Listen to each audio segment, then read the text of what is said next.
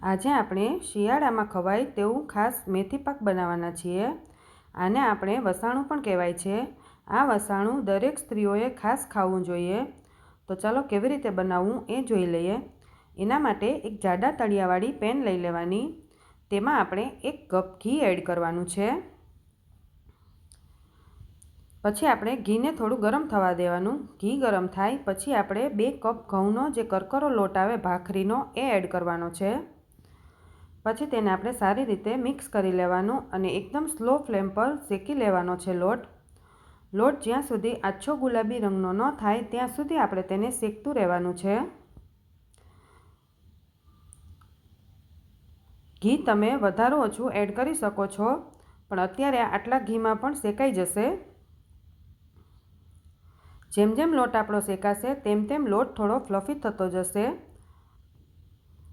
લોટ આપણો શેકાવા આવે પછી આપણે તેમાં દળેલો ગુંદ એડ કરવાનો છે। ગુંદને મેં મિક્સર જારમાં દળી લીધો હતો। દળેલો ગુંદ છે એટલે ફટાફટ શેકાઈ જશે। હવે અહીંયા જો તમને એવું લાગે કે ઘી જરૂર છે તો તમે 2 ચમચી ઘી એડ કરી શકો છો। હવે તેને સ્લો ફ્લેમ પર આપણે 3 થી 4 મિનિટ શેકશું એટલે ગુંદ પણ બધો શેકાઈ જશે અને બધો અંદર ફૂટી પણ જશે। ગુંદ આપણો આ રીતે ફૂલી જાય પછી આપણે તેમાં હળદર એડ કરવાની છે। હાફ ટીસ્પૂન જેટલી હળદરથી કલર પણ સારો આવે છે અને શરીરમાં ગરમાવો પણ રહે છે। હળદર એડ કર્યા પછી આપણે 2 મિનિટ માટે શેકી લેવાનું જેથી હળદર બધી શેકાઈ જાય। પછી આપણે તેને નીચે ઉતારી લેવાનું છે। ગેસની ફ્લેમ બંધ કરી દઈએ।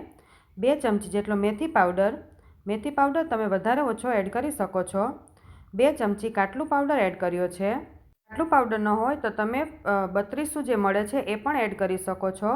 1 ચમચી સૂંઠ, 3 ચમચી જેટલું દળેલું કોપરું અને ડ્રાયફ્રૂટ્સનો ભૂકો એડ કર્યો છે। ડ્રાયફ્રૂટ્સ તમને જે ભાવતા હોય એ તમે એડ કરી શકો છો।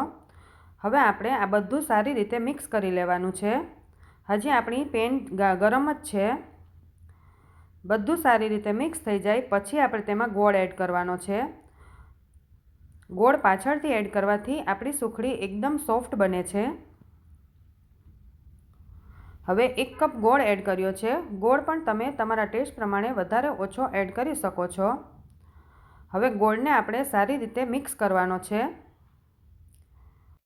હજી આપણી પેન અને લોટ ગરમ હોય છે એટલે આ રીતે આપણે ગોળને સારી રીતે મિક્સ કરી લેવાનો।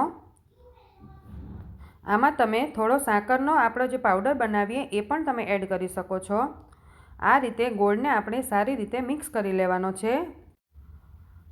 ગોળ આપણો એકદમ સરસ મિક્સ થઈ ગયો છે। હવે આપણે સુખડી જેમાં પાથરવી હોય એ ટ્રેમાં આપણે ઘી લગાવી દઈએ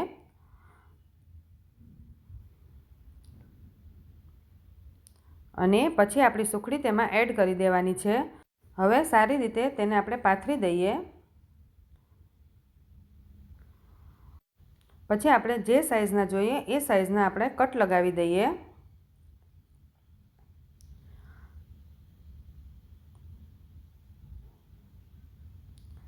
કટ લગાવ્યા પછી આપણે તેને 10 મિનિટ માટે ઠંડુ થવા દેવાનું છે।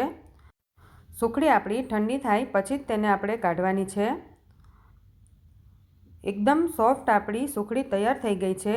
આ સુખડી જેને દાંત ન હોય એ પણ ખાઈ શકે છે। તો તૈયાર છે આપણો મેથી પાક। આ મેથી પાક ખાવામાં ખૂબ જ સરસ લાગે છે અને આનાથી આપણને સાંધાના દુખાવા હોય, પગના દુખાવા હોય, કમરના દુખાવા હોય, બધામાં રાહત મળે છે। તો બધી સ્ત્રીઓએ શિયાળામાં તો ખાસ ખાવું જ જોઈએ। તો તમે પણ ઘરે જરૂરથી ટ્રાય કરજો।